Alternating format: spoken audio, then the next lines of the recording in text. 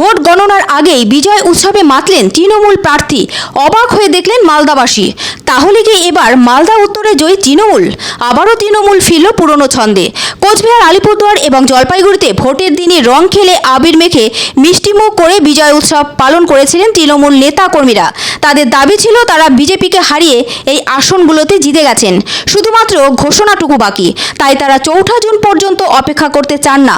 উৎসব শুরু করে দিয়েছেন এলাকায় এলাকায়। সেই উৎসবে হাজির ছিলেন প্রার্থীরাও। কিন্তু প্রথম দফায় যে আনন্দ উৎসব দেখা যাচ্ছিল তৃণমূল শিবিরে, তা বেশ কিছুদিন দেখা যায়নি। অবশেষে আবারও ষষ্ঠ দফার আগে পুরনো ছন্দে ফিরল তৃণমূল কংগ্রেস। উত্তর মালদা আসনের প্রার্থী আইপিএস প্রসূন ব্যানার্জি বিজয় উৎসব পালন করলেন বৃহস্পতিবার। এদিন মালদা জেলার হাবিবপুরে সবুজ আবির খেলে মিষ্টিমুখ করিয়ে শুরু হয় বিজয় উৎসব পালন। তৃণমূল প্রার্থী প্রসূন ব্যানার্জির সঙ্গে সমস্ত স্তরের তৃণমূল কর্মীরা সামিল ছিলেন এই বিজয় উৎসবে। প্রসূনবাবু দাবি করেন, আমরা 100% আশাবাদী জয়ের বিষয়ে, তাই শুরু হয়েছে বিজয় উৎসব পালন। আমাদের জেলার প্রতিটি ব্লকে এই বিজয় উৎসব পালন করা হবে। এদিকে বিরোধী দলগুলোর দাবি, তৃণমূল আমলে চুরি দুর্নীতি প্রকাশিত হয়ে পড়েছে, তাই মানুষ থেকে বিচ্ছিন্ন হয়ে তৃণমূল প্রার্থীদের মাথা আর কাজ করছে না, তাই এসব কাণ্ড করছে। অন্য একটি মতামতও শোনা যাচ্ছে।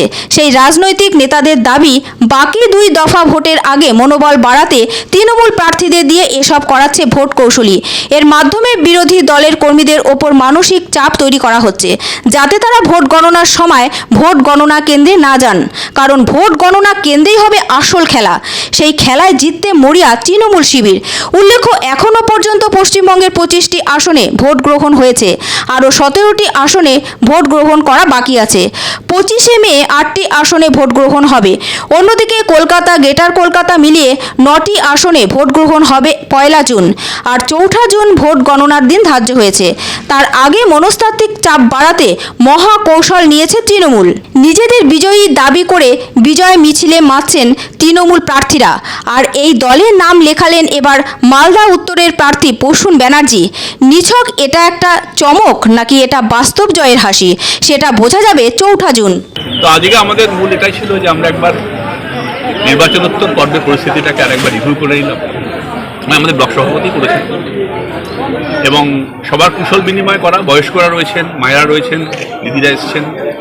এত গরমের মধ্যে সকলে এত পরিশ্রম করেছেন। আমার দায়িত্বের মধ্যে পড়ে যে নির্বাচন আমি সব জায়গাতেই যাব। মানে এখন হরিপুর এলাম, এরপরে আজকে বামনগোলা ব্লকে করব, আগামীকাল হয়তো হরিশ্চন্দ্রপুরের দিকে যাব। একটা 56-57 দিনের অসাধারণ লড়াই করেছেন, যার জন্য উত্তর মালদাতে তৃণমূল কংগ্রেসের জয় শুধু সময়ের অপেক্ষা। একটা অভিনন্দন তোদের পাবো, ধন্যবাদ তোদের।